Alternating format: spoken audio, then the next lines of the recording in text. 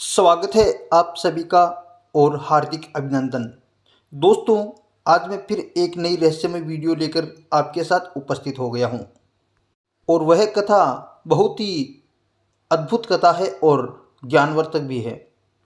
और इस कथा में महाभारत से जुड़े युधिष्ठिर के 4 प्रश्न हैं और वह प्रश्न है कि ऊंट की गर्दन लंबी कैसे हुई, और दूसरा प्रश्न है कि राजा का प्रजा के लिए क्या करना चाहिए, और तीसरा प्रश्न है कि सबसे श्रेष्ठ कार्य कौन से होते हैं, और अगला प्रश्न है कि मध्यम कार्य कौन से होते हैं, और इससे अगला प्रश्न है कि जघन्य कार्य कौन से होते हैं और निम्न कार्य कौन से होते हैं। तो दोस्तों, इन ज्ञानवर्धक प्रश्नों का उत्तर लेकर मैं आपके साथ उपस्थित हुआ हूँ। तो दोस्तों, वीडियो आरंभ करने से पहले आपसे एक रिक्वेस्ट है कि मेरे चैनल को अगर आपने अब तक सब्सक्राइब नहीं किया है तो ज़रूर करें और वीडियो को लाइक ज़रूर करें। तो चलिए दोस्तों, सीधे वीडियो पर चलते हैं। दोस्तों, एक समय की बात है कि स्वयं धर्मराज युधिष्ठिर और पितामह भीष्म एक सभा में विराजमान थे। दोनों में धर्म पर मंत्रणा चल रही थी। दोस्तों, आप जानते हैं कि धर्मराज युधिष्ठिर स्वयं धर्म के अवतार थे और पितामह भीष्म है वो वसु के अवतार थे। उनकी जो धार्मिक मंत्रणाएं हैं, राज्य से संबंधित विचार हैं, सांसारिक प्रश्न हैं, वो आप आज भी उतने ही प्रासंगिक है जितने पहले थे। उनमें कोई भी परिवर्तन संभव नहीं है। दोस्तों, युधिष्ठिर पूछने लगे कि हे पितामह, समस्त धर्मात्मा में श्रेष्ठ राजा को क्या करना चाहिए और क्या करने से सुखी हो सकता है। हे भगवान, आप हमें यथार्थ रूप में समझाइए। तो दोस्तों, पितामह भीष्म क्या कहने लगे कि हे युधिष्ठिर राजा, आपको जो कर्तव्य है, जो आपको कर्तव्य करना चाहिए, वो आपको मैं सुनाता हूँ, ध्यान से सुनिए। राजा कुछ ऐसे कार्यों को करके सुखी हो सकते हैं, परंतु कुछ कार्य ऐसे भी होते हैं जिनको करने से राजा है वो दुखी भी हो सकते हैं। और पितामह भीष्म कहने लगे, युधिष्ठिर, हमने एक ऊंट का जो महान वर्तमान सुन रखा है उसे मैं आपको सुनाता हूँ, ध्यान से सुनिए कि राजा को कैसा बर्ताव करना चाहिए, राजा को कौन सा आचरण नहीं करना चाहिए। तो युधिष्ठिर को पितामह भीष्म एक ऊंट की कथा सुना रहे हैं और कहने लगे कि सतयुग में एक महान ऊंट था। उस ऊंट की पूर्व जन्म की बातों का स्मरण था, वह उस ऊंट को पूर्व जन्म याद था। उस ऊंट को पितामह भीष्म कहने लगे कि वह ऊंट बड़ा धर्मात्मा था और उसे अपना पूर्व जन्म याद होने के कारण उस ऊंट ने वन में जाकर के तपस्या करने का निश्चय कर लिया। वह ऊंट वन में चला गया। उस ऊंट ने कठोर तपस्या, कठोर व्रत का पालन व नियम लेकर के अपने कठोर तपस्या के लिए वन में चला गया और वन में जाकर के कठोर तपस्या, कठोर आराधना करना शुरू कर दिया। ऊंट है वो भगवान ब्रह्मदेव की आराधना में लीन है, और जब उस ऊंट की तपस्या को कई वर्ष व्यतीत हो गए तो भगवान ब्रह्मा बड़े प्रसन्न हुए और ब्रह्मा जी उस ऊंट के सामने प्रकट होकर के कहने लगे कि हे ऊंट, तुम पर मैं प्रसन्न हूँ, तुम मुझसे वर मांगो, जो भी मांगोगे वो आपको मिलेगा। ब्रह्मा जी कहते हैं कि हे ऊंट, तुम जानवर योनि में जन्म लेकर के तुमने वो कर दिखाया है जो मनुष्य भी नहीं कर सकता, इसलिए हे ऊंट, वरदान मांगो। तो उस समय उस ऊंट की बुद्धि है वो समाप्त हो जाती है। उस ऊंट पर पशु तत्व हावी हो जाता है, उसका पशु तत्व जागृत हो जाता है।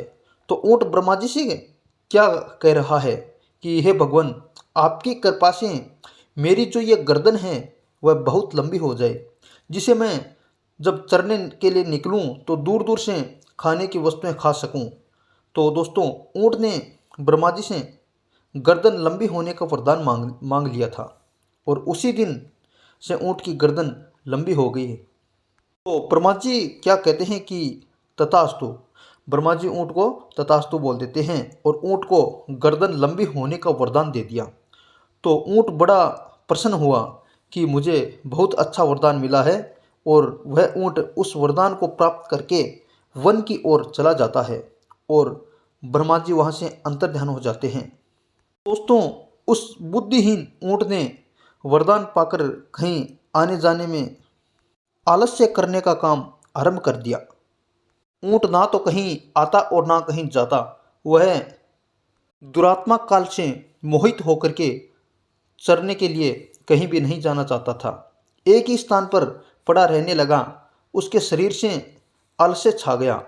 जब आलस्य आ जाता है तो बड़े बड़े राजा, बड़े बड़े विद्वान, बड़े बड़े ऋषि आलस्य के वशीभूत होकर के विनाश को प्राप्त हो जाते हैं। तो दोस्तों, एक समय की बात है कि जब वह ऊँट अपनी लंबी गर्दन फैला करके चर रहा था, उसका मन चरने में कभी थकता नहीं था। इतने में ही जोर से हवा चलने लगी और तेज तूफान व बारिश आने लगी। तो वह ऊँट किसी गुफा में अपनी गर्दन डाल करके चर रहा था। इसी समय सारे जगत को जल से आलादिल करती हुई बड़ी भारी वर्षा होने लगी, और वर्षा होने के कारण वह ऊँट भूख के मारे कष्ट उठाता हुआ वहीं पर चरने लगा और अपनी गर्दन है वो एक गुफा में डाल दी। ऊँट की जो गर्दन है वो गुफा के एक हिस्से से बाहर निकल रही थी और एक साइड से उनका जो शरीर है वो था। उस बारिश के कारण एक गिद्ध है वो भूख के मारे अपनी स्त्री के साथ शीघ्र ही उस गुफा में घुस गया, जिस गुफा में ऊँट अपनी गर्दन डाल करके दूसरी तरफ बाहर निकाल रखी थी, और वह ऊँट दूर से चल रहा था। वह गिद्ध भूख के कारण उस ऊँट की गर्दन का मांस काट काट कर खाना शुरू कर दिया, क्योंकि उस गिद्ध ने सोचा नहीं था कि यह ऊँट है। उसने सोचा कोई यह छोटा जानवर होगा। तो जब उस ऊँट को ऐसा लगा कि मेरी गर्दन को कोई काट रहा है, तो वह बहुत दुखी हुआ और उस गर्दन को समेटने का प्रयत्न करने लगा। तब तक उस गिद्ध ने उस ऊँट की गर्दन को पूरा काट दिया, पूरा अलग कर दिया धड़ से। और जब आंधी और वर्षा बंद हो गई तो वह गिद्ध गुफा से बाहर निकल कर आया, तो उस गिद्ध को उस ऊँट का विशाल शरीर दिखाई दिया कि वह तो ऊँट है। तो वह उस समय उस मूर्ख ऊँट की मृत्यु हो चुकी थी।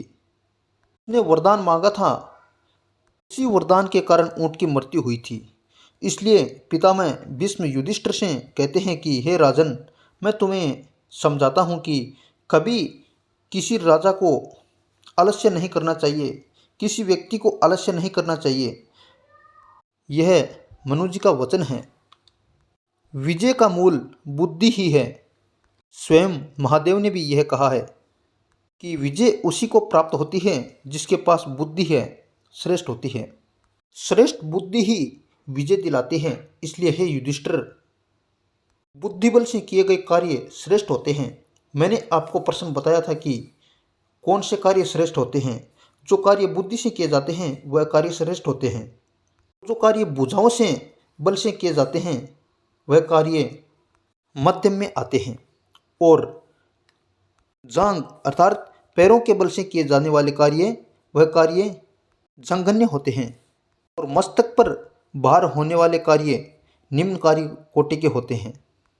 जब हम अर्थ अर्जन करते हैं, धन कमाते हैं, तो जो कार्य हम बुद्धि से करते हैं तो उन कार्यों के लिए आपको ज्ञात होगा कि हमें कम से कम 4 रुपये घंटे का मिलता है।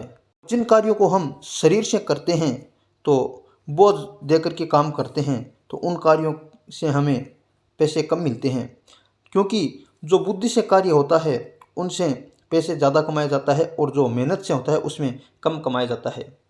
इसलिए मनुष्य को हमेशा जो भी कार्य करना चाहिए वो बुद्धि से करना चाहिए।